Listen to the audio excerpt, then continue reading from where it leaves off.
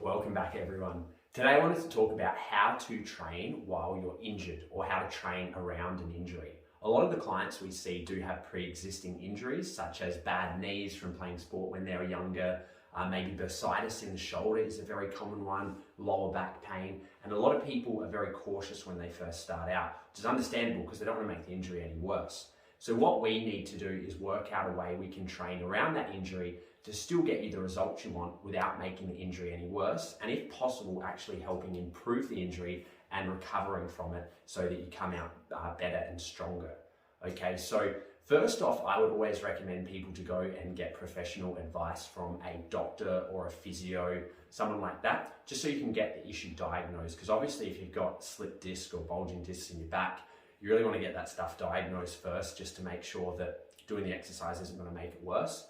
Generally, I'm talking about pre-existing injuries that you may have had for 5, 10 years or even a year or so, and just working a program out around that. So I always encourage people to train depending on what the injury is, of course. So like I said, really common ones we get is sore knees, all the cartilage has worn out, okay, because you're doing lots of running when you're younger or playing sport.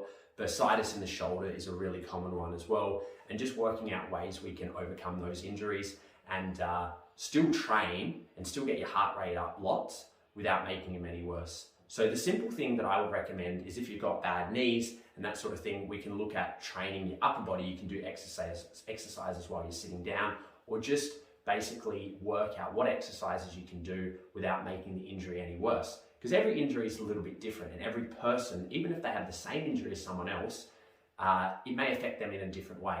So just being very careful, going and seeking out that professional help, and then from there, working out a plan of action as to how you can still reach your goals while working around the injuries. So at the moment, a good example is I've got a client who's she's 60 and she's had one knee replacement. She's getting another knee replacement, had bursitis in her shoulder, gets lower back pain sometimes because she's got a bulged disc in her lower back.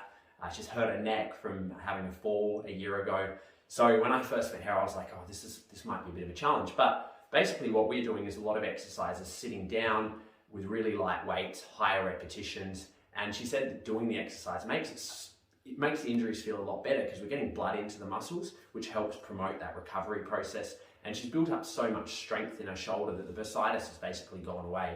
And it's just a matter of starting off really light, so doing light stuff, more repetitions, obviously avoiding doing any high impact stuff. And doing resistance training is a great way to help overcome those injuries. A lot of clients I see have got knee problems. So with the knee issues, looking at doing leg exercises that can help build up the muscle around the knee without making it any worse. And then while you're training as well, maybe wearing a knee brace to keep the joint stable as well. So there's always a way around it. If you've got any questions about any of this, feel free to reach out, comment below, send me an email. I'd be happy to help out.